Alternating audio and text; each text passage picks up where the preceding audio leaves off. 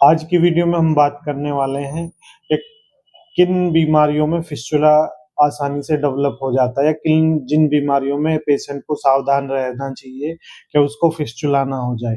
इस बारे में आज चर्चा करेंगे। मैं हूं doctor Ashok Pile, fissure fistula specialist, Surajpur greater Noida से। तो अगर आप हमारे चैनल पर नए हैं तो हमारे चैनल को सब्सक्राइब करें, वीडियो को लाइक करें, शेयर करें अगर आपको इंफॉर्मेशन अच्छी लगती है। तो चलिए शुरू करते हैं। जनरली फिस्टुला में दो थ्योरी चलती है।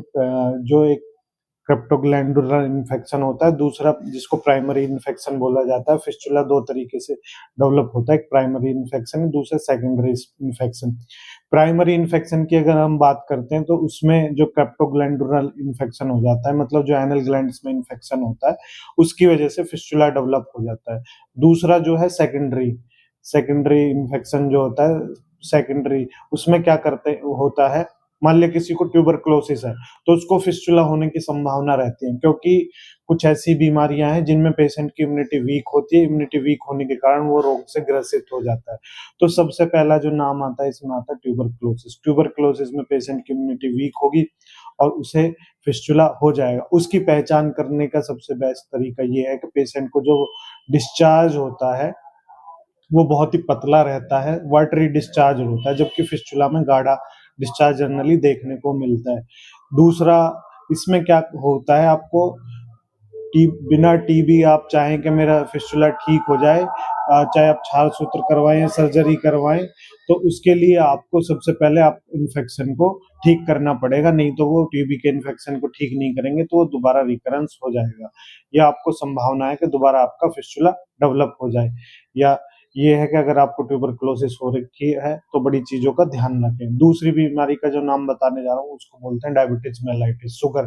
क्योंकि लगातार जो शुगर के केस इतने बढ़ रहे हैं कि उसमें जो है आने वाले दिनों में जो ये भारत भी शुगर के लिए कैपिटल ही बनता जा रहा है।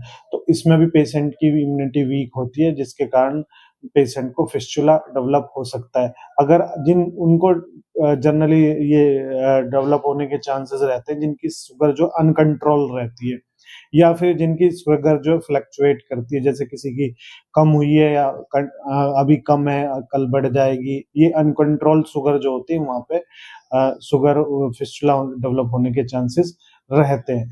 तीसरी बीमारी का मैं बात करूं जिसको बोलते हैं आईबीएस, इंफ्लेमेटरी बाउल डिजीज, या फिर अल्सरेटिव कोलाइटिस। इसमें मल्टीपल फिस्टुला देखने को मिलते हैं। तो जो इनमें क्या होता है, पेशेंट को बार बार पेशेंट को मोशन पास करने जाना पड़ता है, ब्लड आता है, तो इसमें भी पेशेंट को बड़ा ध्यान रखने की जरूरत होती है, नहीं तो वो फिस्टुला से सफर कर सकता है। चौथी जो बीमारी आती है वो है मैलिग्नेंसी। किसी भी तरह के कैंसर हो या कुछ हो, जिनको इस तरह के कैंसर डेवलप्ड हो गए हैं उनको भी फिस्टुला बनने की संभावना रहती है। तीसरी, उसके बाद जो बीमारी आती है जो ऑस्टोमेलाइटिस, मान लिया सैक्रोमोकोस के बीच में कहीं पस पड़ गया है तो उसकी वजह से भी वहां पे इन्फेक्शन की वजह से आपको जनरली ये देखना होगा कि वो फिस्टुला बना है या सिंपली ऑस्टोमेलाइटिस, मतलब जो हड्डी में इन्फेक्शन हो गया उसकी वजह से वहां पे पस आ रहा है। तो इसमें एमआरआई बहुत जरूरी है। तो ये कुछ लोगों को जैसे टाइफाइड भी हो जाता है, उसके कारण भी फिस्टुला देखने को मिलते हैं। तो ये हैं कुछ एक बीमारियां जिनके कारण पेशेंट को फिस्टुला डेवलप हो सकता है। इन पेशेंटों को क्या करना चाहिए, अगर कोई शुगर का पेशेंट है उसको शुगर कंट्रोल करनी चाहिए, कोई आईबीएस का पेशेंट है तो उसको अपनी बीमारी ठीक करनी चाहिए, या किसी की कीमोथेरेपी हुई है उसके बाद भी फिस्टुला डेवलप हो सकते हैं। तो इसमें सबसे ज्यादा ध्यान रखने वाली चीजें, किसी भी आयुर्वेदिक डॉक्टर के पास जाइए।